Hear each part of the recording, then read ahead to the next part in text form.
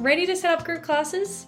In this video, I'll show you how quick and easy it is to create and book classes for your clients. In Nookal, you'll set up your classes in the same area that you set up your services and inventory items via Setup, Items, Classes. A class can be used where you'll need to add more than one client into the session. To create a new class type, simply click Create Class, bottom right hand side of the screen. Similar to services, we'll need to add a billing item code, a class name,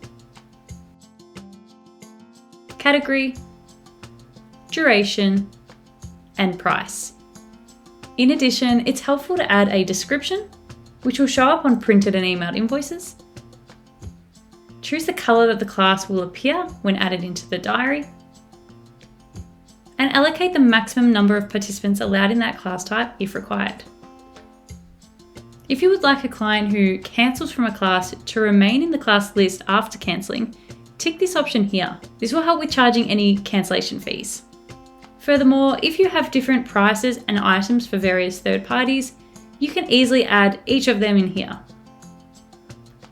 And finally, we can enable integrations so that this class type can be available for online bookings and other third-party integrations. Once you've saved the class, you'll be able to go add this class into the diary and then start adding your class participants into these classes.